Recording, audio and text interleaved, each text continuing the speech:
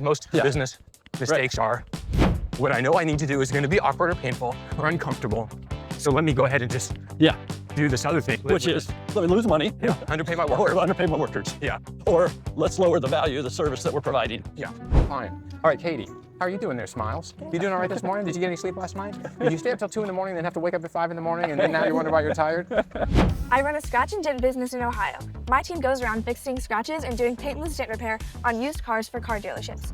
The biggest dealership group in my city is over half my business. I gave them a crazy good deal to get them as a client to begin with. For the last 2 years, I've not made any money after paying expenses, and I'm having to take out PayPal loans to cover payroll. I know I need to lower the pay for my workers, but what if they quit? Ford doesn't come to us and go, hey guys, is it okay if I raise prices on cars this year? That's right. Because I'm not going to keep losing money. Well, one thing I get to do is stop losing money. That's right. So I shouldn't say easy way out, but the most difficult is to go approach the client. Yeah.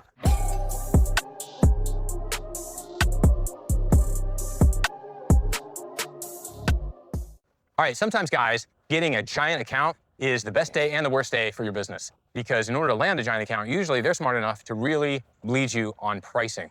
And so when you get that company that you're excited about and you're like, wow, this is going to double the size or triple the size of my company to have this one account, be aware that you might have destroyed yourself with your pricing. We got 2 letters here from people this morning who own businesses where they did just that. And now, having dug themselves in this big hole, they're afraid to go back to that customer and get a price increase. Is this you?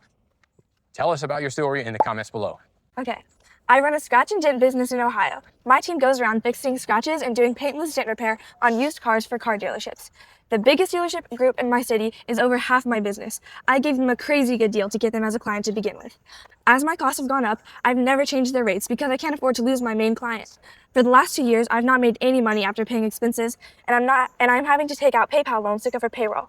I know I need to lower the pay for my workers, but what if they quit? Wants to lower his employees' pay rather than go to his client. All right, Katie, how are you doing there, Smiles? You doing all right this morning? Did you get any sleep last night? Did you stay up till 2 in the morning and then have to wake up at 5 in the morning and then now you wonder why you're tired? Your makeup looks great, Miss Katie. So go ahead, let's hear the other one. This is, I think, probably 80% of the lawn care companies in America. They just say yes to stuff they shouldn't say yes to, but here we go. Okay, I own a lawn care business in Atlanta. I mow grass and fix yards for a big fast food chain. They're my main customer, but I give them a super cheap price to start. Now gas, tools, and worker pay cost more, but I'm scared to ask for more money. I might lose them. I'm not making any money and I have to borrow to pay my workers. If I pay my workers less, they might quit. How do I ask the chain for more money without losing them? Or should I pay my workers less? I need help to save my business. All right, Katie, what are you gonna do? You got this awesome account, you bragged to all your friends that you are now the official fingernail paint supplier to the largest chain of nail salons in America. And you're so proud of that, but you lose money every time you do a delivery to them. So what are you gonna do? I think ask them for more money. And they're gonna say, no raise for you. What are you gonna say then? I don't know. I don't know, what do you think, Honor? Then you'll stop supplying them with nail polish, I guess. That's right. Have to, right? They're paying you. Yeah, Enough. that's a good idea, Honor. That's a good idea. All right, there's some stuff they can do in the meantime, but yes, you can't afford to do business that loses you money. If you worked at a job and at the end of every week, instead of paying you, you had to pay them, you'd be smart enough after a while to just turn in your notice, right? Or maybe not work a notice, you stop showing up. So anyway, we'll see what Brian says to the lawn care company and the scratch and dent. Thanks, guys.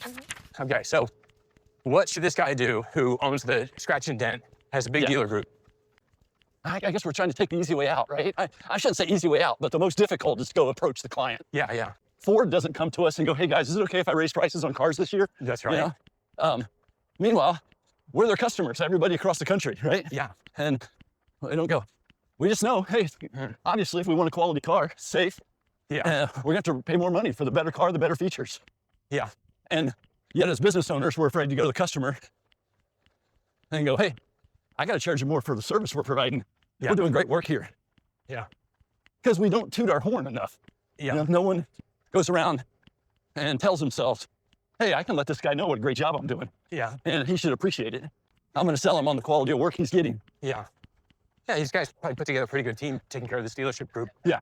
You know, the dealership wants continuity, you know? Yeah. They know the quality of work this guy's doing. They also need to know that the car that gets traded is ready for the front lot within 3 or 4 days. Yeah. They can't afford to let the car get old waiting to be reconditioned. Or waiting for, fixing price the first time issues, like a dent repair guy comes and fixes it, and wait a minute, it's still got problems. Come back, and the car's really not frontline ready for a week or two. Yeah, then you do have issues. Yeah. you're not providing the service. Yeah. Cars sell for the most profit in the first 30 days after they're traded. Right. Second 30 days, you're just trying to get rid of the car. And at 60 days, most national dealer groups take the car to auction. Yeah. Because at this point, the car's not worth what you traded it in for. And the market's telling you, nobody wants that car, and not in your lot. And so at 60 days, the car's got to go. So those first few days are really critical. So if you can do the whole thing, the needling, Yeah. getting rid of little scratches, door dings, Right. you're gonna really make the dealership a lot of money over the long run. Sure. But it's pain avoidance, right? Most Yeah. business mistakes are what I know I need to do is going to be awkward or painful or uncomfortable. So let me go ahead and just Yeah. do this other thing or just live Which with is, it. Lose money in this case. let me lose money. Yeah. Underpay my Or worker. underpay my workers. Yeah. Or let's lower the value of the service that we're providing. Yeah. Cut out the quality. Okay. So let's say ahead of this conversation he's going to have with the dealer, Yeah. he is thinking, well, this is going to go one of two ways. I'm either going to sit down and say, listen, we've been working for you and doing a great job. Yeah. You've asked for this, and this is what we've done. This is what I need to charge starting tomorrow. Yep. You can either do that. It's either going to go one way or the other, Yeah. right? Right. So before you walk into that conversation, you need to set a date for that conversation because it's got to have to happen. Yeah. But you want to have maybe a 2-week window where you say, okay, what's going to happen to us if it doesn't go well? Sure. Because I'm not going to keep losing money. Well, one thing I get to do is stop losing money. That's right. So I'm downsizing. I'm going to right size myself. Yeah. Yeah. So make a plan around that. So when I was in staffing, Or, go ahead. hey, how about this option 2? Yeah. I got a month here to have this meeting. I got 4 weeks to go get new contracts. Bingo. I've got to go get deals that'll help fund what I'm about to lose. Yeah. If not all of it, a good portion of it. Yeah. So get with the other dealerships with the pricing. Hey, I'm just down the street at Ford. And right. use the credibility of the service you're providing. Oh, wow, those guys sell within 30 days. Our guy doesn't do that. It takes him 60 days to get our stuff fixed up and ready. Yeah. Yeah. Yeah. He's got this reference, right? Of this Yeah. big, well-known dealer group. Sure. That Same thing with our lawn care guy. Yeah. You've got the big commercial exactly. contract. Oh, yeah. Over Wendy's. Hey, yeah, exactly. Now we go to McDonald's or Exactly. Yeah. I did, when I did staffing, I did it for dealerships, and we ended up with 400 car dealerships, but I didn't have to pitch 400 people. Right. All I have to do is go to one AutoNation dealership and say, Yes.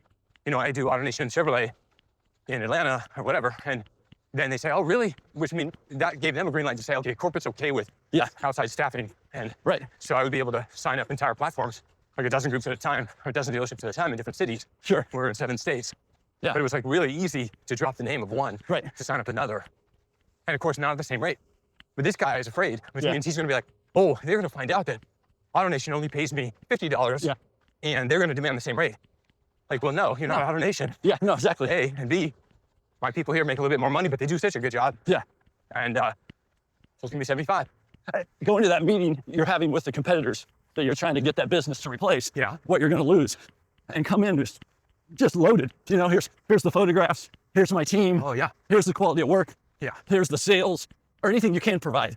Yeah. That benefit them. And there's got to be a level of organization there. Yeah. Because if it's all chaos, Right. a lot of guys are very disorganized. Sure. So they wouldn't have the pictures. They wouldn't Yeah. have necessarily a good reference from the Yeah. group that they've been working for. Right. But, he just needs 1 or 2 contacts at the other dealer group Yeah. Right. that like him. Yep. And so, it could be a long game. Every Christmas, my dent guy, when I was at GSM at Crown, he would come and give me 2 $50 gift cards to Outback. Yeah. And it's kind of a bribe, right? Because I'm Sure. But It was a- his appreciation made me feel like appreciation, he was my friend. Because he was an entrepreneur, he owns his own business. Yeah. And I just liked the guy, genuinely liked the guy. Yeah. And if he came by and said, hey, you got anything for me? I felt bad when I had nothing. Sure.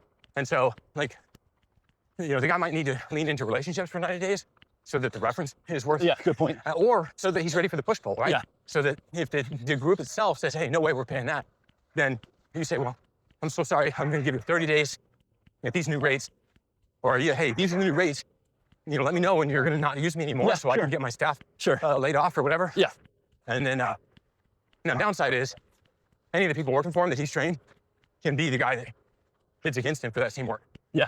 So hopefully he's got a contract. Oh, with I him, got you. Yeah. Hey, we'll let him go out of business. Yeah. Providing the below market rates. With the barriers to entry, I like the business that Yeah. the dealerships don't want to have to deal with it. Sure. There's some expertise involved, but you're probably best to stay small in a business like that Yeah. so that you don't end up training your competitor. You know what you train me to do is I try to look for the fastball in each lane. Yeah, yeah, When someone mentions a business, okay, what in the scratch and dent business? How could you scale it? yeah, And what could you provide that's unique that is simple. Yeah. You can measure it and just go dealership after dealership. Here's what we do. Yeah. You know, you have this issue that other guys can't solve. Yeah. Here we are. And we're going to charge a premium for it. Yeah. Yeah, we're charging the normal $50 for this other stuff like everybody else. Yeah. And then do I do 1,000 of those? Or do I charge $500 for this unique scratch or dent or issue they have, and I only have to do 100? Yeah. Staffing's down, same price, Raise the price. raise prices. By I doing mean, more 500. complicated work. Yeah, more complicated work. But I only have to have 3 guys working instead of, 30. Yeah. You know, that's smart. Most of these guys will go and just add to the catalog. So they're going to take cigarette smoke out of cars. Sure. And they'll do the little number of the year model letters on the windshields. And then digital, they'll take pictures and get them ready for the website. Yeah. But that's often a separate company now. Right. So, it's a $1 billion industry or more. Just these small companies that are hanging on to the side of car dealerships. Right. Because dealerships are really good at selling cars. And they don't want to deal with a whole lot else. Especially $25 at a time or $50 at a time. That's not how a dealership makes its money. No, right.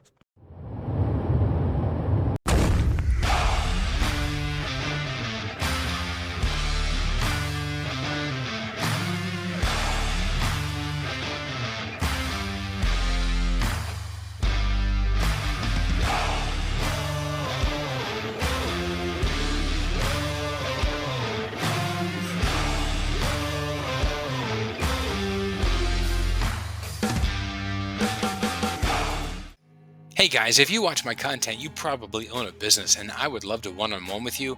I'd love to talk with you about the things I always talk about. 3 things.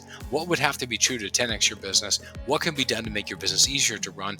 And what can be done to reduce risk in your business? I'd love to talk about those things with you. If you want to just click, there's in the description below, there should be a link to a Calendly. You could set up a free one-on-one with me. Love to spend some time on the phone with you, just talking through your story. Maybe obviously my ulterior motive is to get you to come onto the podcast, but I don't mind if you don't want to get onto a podcast. I'd love to just have a one-on-one with you if I can give you some help. So if you're a Christian business owner, any size business, any type of business, I'd love to help you. So go ahead and click the link below, get onto a Calendly so you and I can have a talk. I'd love to help you if I can. I love your help with my business if you have some advice for me. So thanks so much for watching. Thank you for being a part of our community.